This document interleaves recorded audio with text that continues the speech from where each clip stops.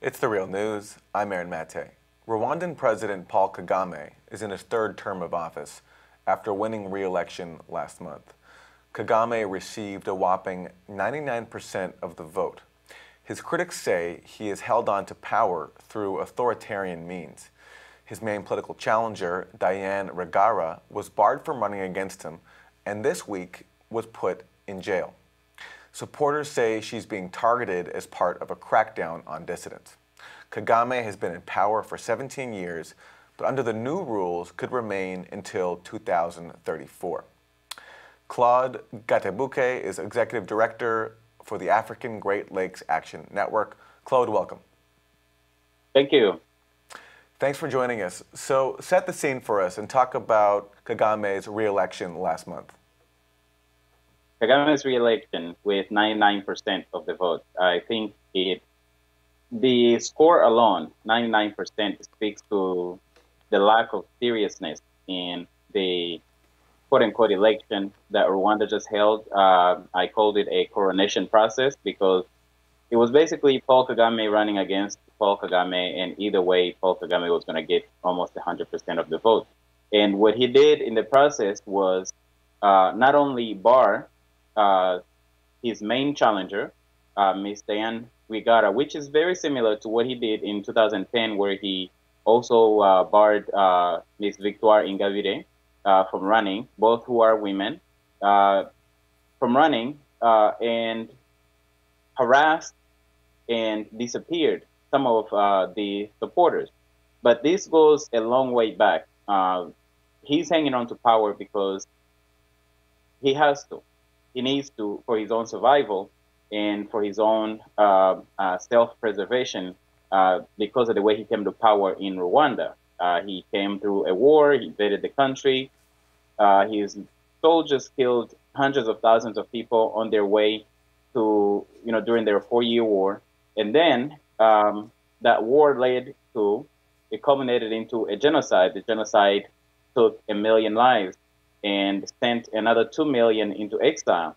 And so then afterwards, he invaded the Congo and committed more atrocities to the tune of 6 million innocent victims.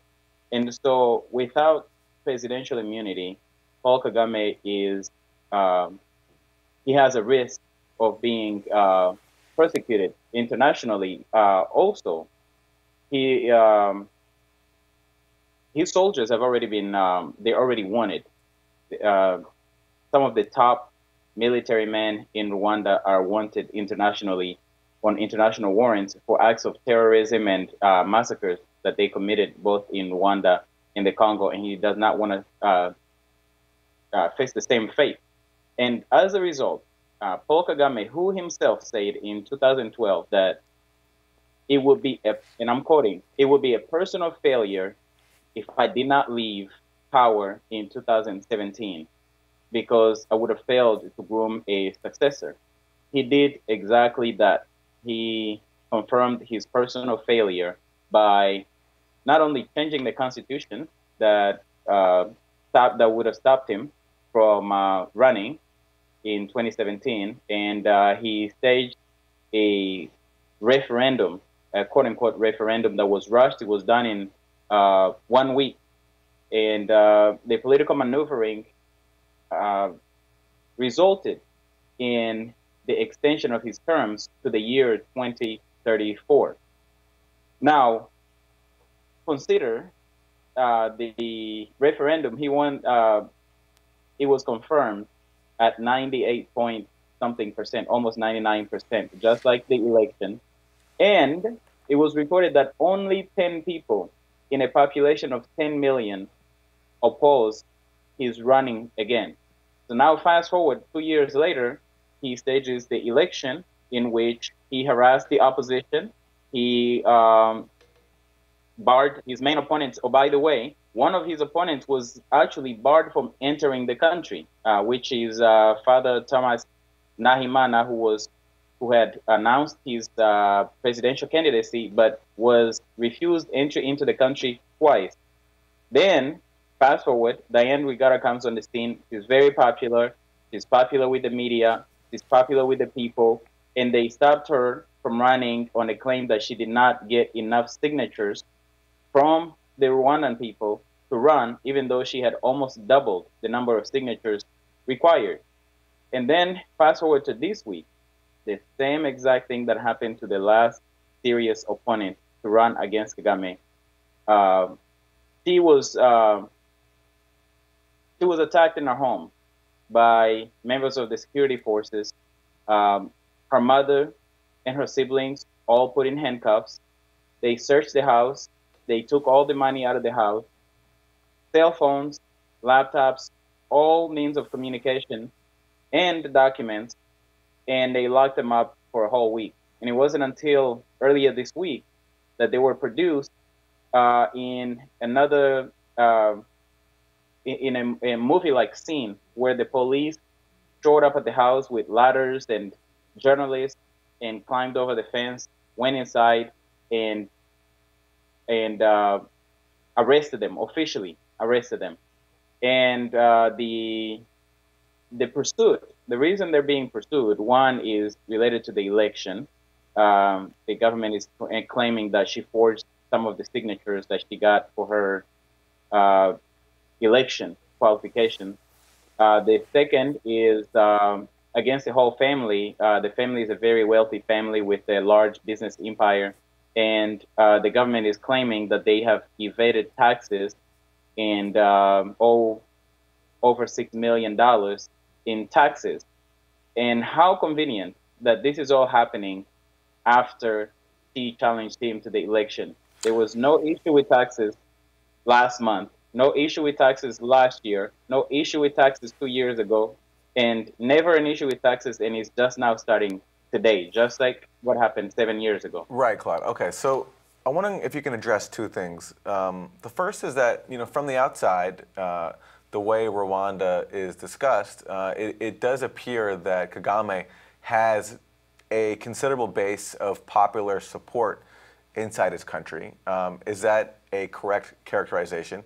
And the second thing is, I'm wondering if you can address, is that he also enjoys a great deal of Western support. When he's talked about by the quote-unquote international community, he's often described as being a force of stability inside his country who helped, raise the economy and get the country back on track after the genocide.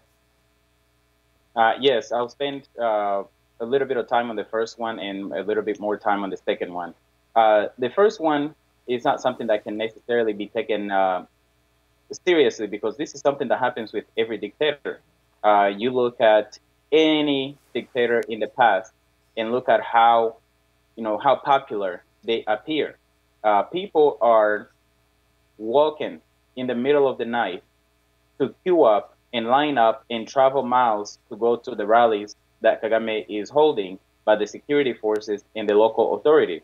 So people are forced into going to show support. The other is, if you think about it, if you go to, say, to the polls and you're voting, and you have a soldier out there looking at how you're voting, what would you do? I mean, I think every person, a lot of people, would go ahead and vote for Kagame because they're going to suffer consequences for not doing that. But that is an appearance.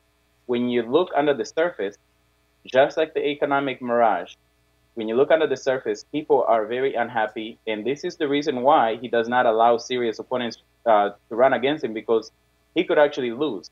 In a true election, he would lose. On the second one, it is true that he enjoys a lot of international support. Part of it is justified by the claim that he stopped the genocide, which I survived. I witnessed this genocide. I saw people, and I can still hear people cry and scream for help. And the one thing that is conveniently left out by almost all international institutions, including the court, the International Criminal Tribunal for Rwanda, the ICTR, and the ICC, and all of the other international tribunals, is the fact that he actually sparked the genocide by shooting down the plane of his predecessor. And this is known. There is a BBC documentary called Rwanda Untold Stories that actually details from his own associate how he committed that act. He is invited on a recurring basis to top American universities such as Yale and Harvard. He wines and dines with some of the global big men such as Tony Blair, former British Prime Minister, and U.S. former President Bill Clinton, and he gets a lot of support, a lot of money from both the United States and the United Kingdom. In fact, last year the U.S. sent almost $250 million to Rwanda, and this is only in disclosed aid. All of this justified under the guise that Rwanda is well developed. And if you look at just the city of Kigali, it is true that Rwanda looks a lot different than it looked in 1994 and before. Part of it is, of course, a function of time, technology, and everything. Part of it is due to the efforts of the Rwandan people and what the Rwandan people have done to develop the country. But you look outside of Kigali, and you'll see that people are still living in the same way that they lived in the 90s and the 80s. People are poor. Right now, Rwanda is experiencing a famine, and no one is talking about that. 150,000 people are threatened to death by this famine to the point that people have actually started exiting the country to seek greener pastures outside of the country. There's also research that shows that some of the reports on economic development is actually fake. There was a British firm that was in charge of reporting Rwanda's economic development and poverty reduction that pulled out and refused to sign on the report on Rwanda having reduced poverty by 6%, when it actually, in actuality, from their perspective, it showed that Rwanda was going backwards and poverty had increased by 6%. So it was the opposite. The other thing is, if you ever have a chance and read The Last Journalist in a Dictatorship, it's a book by a journalist talking about how you have all these roads, all of this beautiful infrastructure, but no one uses it. You have these roads and no one travels on those roads because people are afraid. These are a facade for show for the tourists and those from the outside who show up in Rwanda and will visit Kigali for a day or two and leave with an impression that the rest of the country is the same way. The last thing that I'd like to add on that development is actually two things, is how was it achieved? One, on one hand, it was through foreign aid, but the other was through plundering the Congo, which Rwanda invaded in 1996 and occupied, and still today continues to flame and support rebel groups inside of the Congo, to loot and steal and plunder resources from the Congo. Rwanda exports coltan, which is a resource that Rwanda does not have in its soil. And it's one of the highest exporters in the world. The second piece is, what price are the Rwandan people paying for this great look of development? One is poor people are rounded up. And you can find this in reports by Human Rights Watch and other organizations that shows Rwandan poor people are rounded up, put in jail, and in some cases, young children, minors, are sent to islands such as the Iwawa Island without their parents knowing where the kids have been sent. Also today, there is a policy in Rwanda, just released, I believe last week, to ban all street vendors. So what's been happening for months, street vendors have been harassed by security forces. They're taking their property. They are some of them beaten to death. Last year, Mrs. Uwimana, 28-year-old street vendor, was beaten to death by security forces because all of these are elements, and these are people, but the government considers them elements that do not keep Kigali clean. And in order to keep it clean, you basically have to remove the poor people and the people who give the appearance of the poverty that they're experiencing. And in some ways, actually in some policies, they're taking away their livelihood.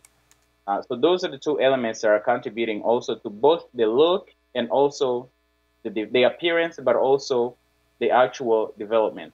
The plundering of the Congo is a big, major piece of what we're seeing as the development of Rwanda. Claude, we have to leave it there, but I want to thank you for enlightening us on two really undercovered topics, not just Rwanda, but also the Democratic Republic of the Congo. So thank you. Claude Gatebuke, Executive Director for the African Great Lakes Action Network. Thank you. Thank you so much for having me. And thank you for joining us on The Real News.